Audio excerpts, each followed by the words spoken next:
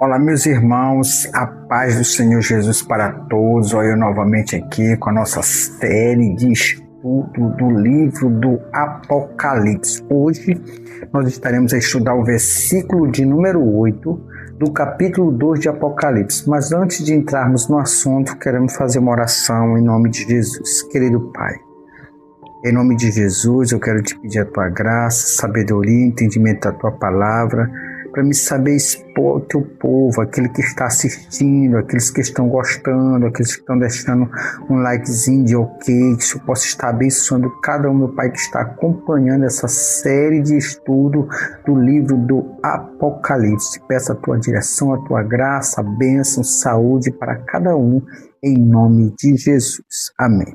Meus irmãos, hoje o versículo de número 8 inicia a carta à igreja de Esmirna. Hoje nós vamos já iniciar a carta escrita à igreja de Esmirna. No versículo 8, Jesus mandou João escrever assim, ao anjo da igreja que está em Esmirna, escreve: isto diz o primeiro e o último, o que foi morto e reviveu. Meus queridos, eu separei 4 pontos importantes. Primeiro, ao anjo da igreja Esmirna, isto diz o primeiro e o último, que foi morto e reviveu. Primeiro, ao anjo da igreja, eu já falei aqui sobre a minha opinião condizente a isso. Eu não digo que anjo, aquele anjo que o Senhor manda fazer uma missão, manda destruir cidade, manda um recado. Não é esse anjo não. Para mim, este anjo, eu já falei, é o líder da igreja de Esmirna.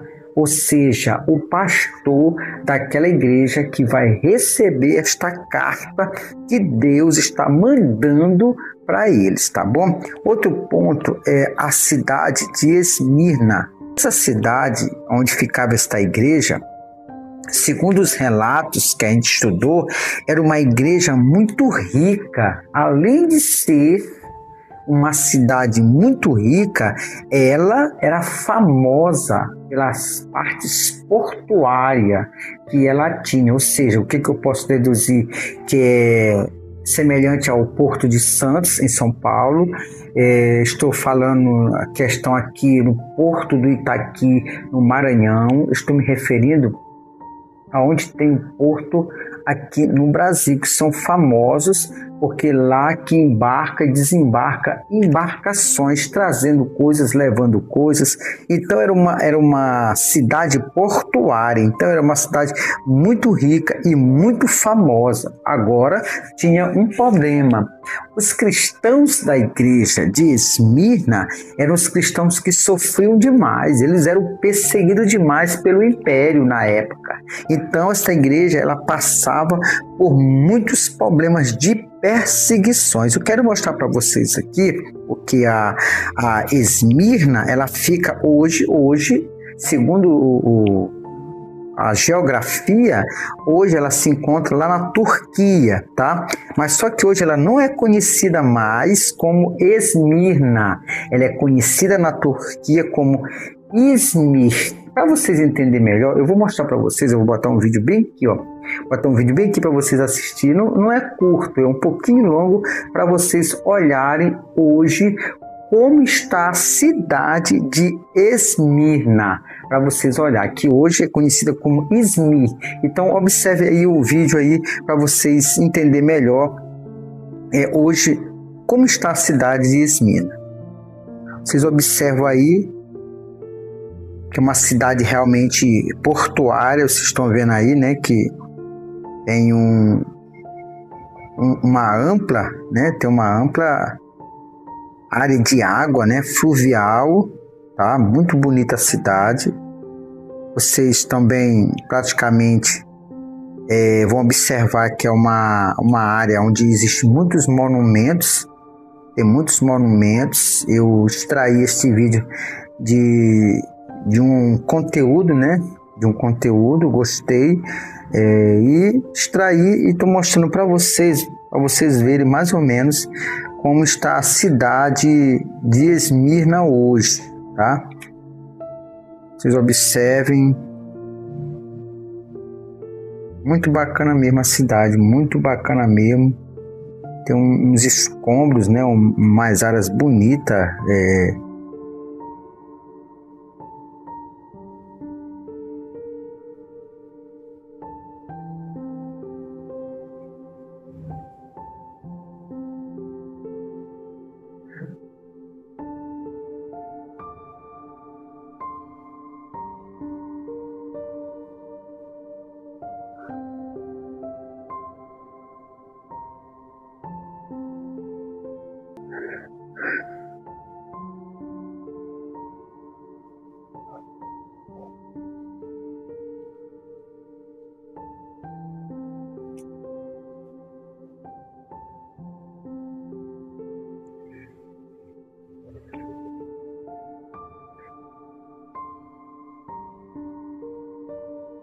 Então, meus queridos, depois de vocês acompanharem o vídeo, como está hoje, né, a cidade de Esmirna, como eu já falei, conhecida como Izmir, muito bonita a cidade, para você ter uma base realmente como era realmente essa cidade aí, muito famosa mesmo, famosa demais, mas em compensação os cristãos da igreja sofriam demais, tá? Por que eles sofriam? Por não adorar o império na época, né? Praticamente essa cidade ela foi fundada em 53 a 56 depois de Cristo, segundo os fatos históricos, tá? Outro ponto importante é que isto diz o primeiro e o último. Volto a lembrar que Cristo repete essa frase dizendo para esta igreja: eu sou o começo e eu sou o fim. Ele existe antes de tudo ser feito. Então ele é o início de tudo, ele está no início e também ele vai estar no fim de tudo, tá? Outro ponto para concluirmos o versículo de número 8, que diz que foi morto e reviveu. Aqui Jesus está mandando dizer para a igreja de Esmirna que ele realmente foi morto, é verdade. Para a igreja saber que ele foi morto, mesmo sendo morto, ele também falou para a igreja: ó, eu não morri e desapareci não. Não é porque eu morri que deixou de existir tudo, não é porque eu morri que eu não estou sabendo de nada, não é isso. Ele deixou bem claro para a igreja de Esmirna, e não só para a igreja de Esmirna não, ele está falando até hoje para nós, ó, eu mesmo sendo morto, mas eu quero dizer para vocês, de modo geral, que eu ressuscitei, eu voltei à vida, ou seja, ele reviveu, algo que veio da morte para ter a vida. Então, através disso, ele relembra aquelas igrejas da sua morte e ressurreição. Só para dar um exemplo aqui para nós entendermos, Mateus capítulo 16, versículo 21. Deixa eu ver o que Mateus diz aqui. Eu vou ler para vocês na linguagem de hoje, tá? Talvez esteja um pouco diferente da linguagem de vocês. Eu vou ler aqui na linguagem de hoje. Diz assim: daí em diante, Jesus começou a dizer claramente aos discípulos: eu preciso ir para Jerusalém, e ali os líderes judeus, os chefes dos sacerdotes e os mestres da lei farão com que eu sofra muito. Eu serei morto e no terceiro dia serei ressuscitado. Tá? Mateus 28, 6. Sim, mas ele não está aqui. Já foi ressuscitado, como tinha dito. Venham ver o lugar onde ele foi posto, ou seja, Cristo não estava mais porque havia ressuscitado. Mais uma para nós entendermos. Lucas capítulo 24. Lucas 24, versículos 5 e 6 diz assim: e elas ficaram com medo e se ajoelharam e encostaram o rosto no chão. Então os homens disseram a elas: por que vocês estão procurando entre os mortos quem está vivo?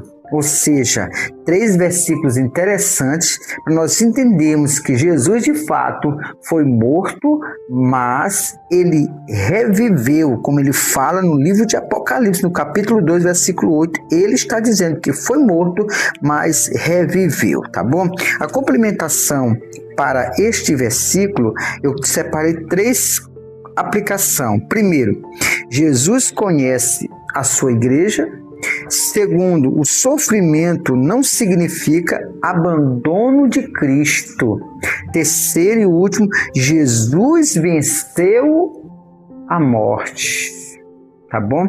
São esses 3. Espero que você tenha gostado. Se você gostou, deixa um like, compartilhe, comente. Deus abençoe a todos. Tchau, fique na paz.